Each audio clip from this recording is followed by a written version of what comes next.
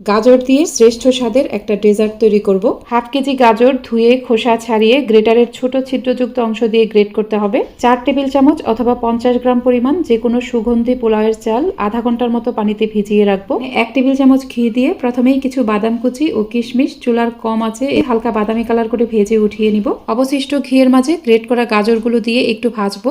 তারপর চুলার কম আছে এই গাজরগুলোকে কয়েক মিনিট ঢেকে রাখবো। কয়েক মিনিট পর গাজর কুচিগুলো অনেকটা সেদ্ধ হয়ে যাবে। এখন এখানে দিয়ে দিলাম 1200 ml পরিমাণ আগে থেকেই জাল করে রাখা ঘন দুধ। এখানে 1 লিটারের থেকেও কিছুটা বেশি পরিমাণ দুধ নিয়েছি। 3টা এলাচ দিয়ে দিলাম। একটা বলক চলে আসার পর যে চালটুকু ব্লেন্ড করেছিলাম সেখান থেকে অর্ধেকের বেশি পরিমাণ নিয়ে কিছুটা পানি দিয়ে ব্লেন্ডারে ব্লেন্ড করে নিব।